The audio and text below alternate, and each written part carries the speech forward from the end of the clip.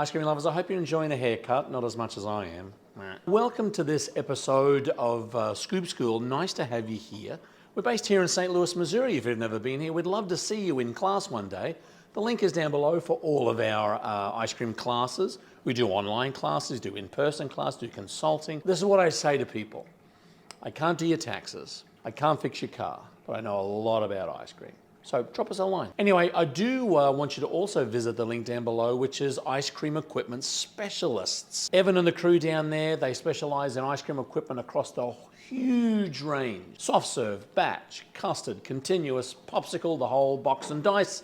Click on the link down below, but thank you very much, Evan, for your episode sponsorship. I want to talk today about a term that's not used, or you don't hear it too much in an ice cream shop environment, but it comes up every now and again, and that's quiescent freezing. Quiescent freezing, well, what's quiescent freezing? Well, just steady on, I'll tell you in a minute. By the way, where'd you get that haircut? Don't ask. Okay, so anyway, a popsicle machine is a great example of quiescent freezing. Quiescent freezing basically means that the product that is freezing is not being agitated.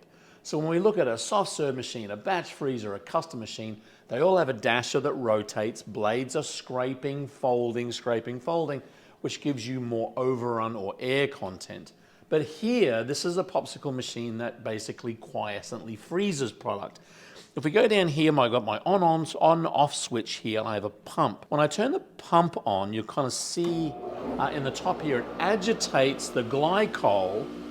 It's quite beautiful, actually. I sometimes, when my day's not going very well, just kind of come and glare into the glycol and contemplate my future.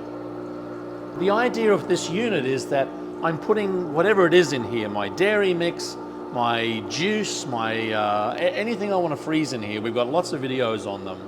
And this drops down within the mixture.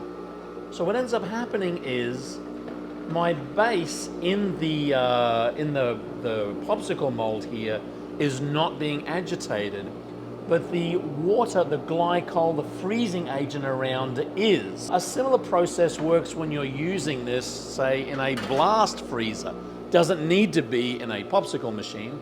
Blast freezer is a good idea of quiescent freezing as well. I could take this same popsicle mold, put it in here, rapidly freeze it down, but the product itself in there is not being agitated. No overrun, no extra volume, no air. It makes for a very dense product. It's a bit of an easier way to actually make frozen desserts because you don't have to have this process of churning, extraction, blast freezing, hardening, tempering. Anyway, quiescent freezing is the word of the day. And if you're watching this, why don't you at night, dinner tonight, say, hey, I wonder whether this ice cream that we're eating here is quiescently frozen. Won't you be the talk of the table? Thank you for your viewage today. Again, all the links are down below to our classes. Ice Cream Equipment Specialists is down there as well. Talk to Evan all about quiescent freezing. That's about all we have. Keep on scooping, folks. See you in the next video.